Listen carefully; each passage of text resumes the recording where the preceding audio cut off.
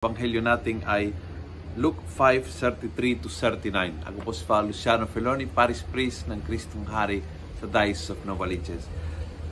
Sabi ni Jesus sa Ebanghelyo, a very strong sentence para sa akin. You can't make wedding guests fast while the bridegroom is with them.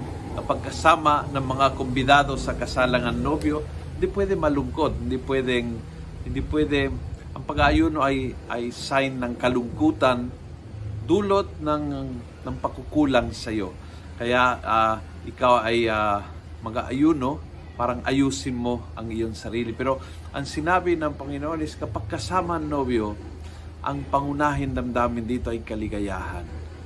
Kaya feeling ko ngayong panahon na ito, bagay na bagay ito. Kasi ngayong panahon na ito, maraming nating nararamdaman na bukal ng kalungkutan. Maraming pagsubok, maraming problema, marami tayong dinadaanan na suliranin sa ating buhay. Maraming agam-agam at maraming bukal ng takot at pangamba.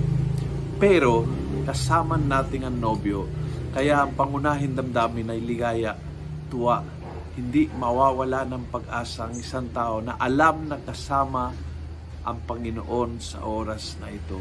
At yun ang pinaka-importante. Kaya si Kristo ang sentro ng buhay natin at hindi dapat mawala. Pag nawala ang nobyo, sakalang silang mag-aayuno, sabi ng Panginoon.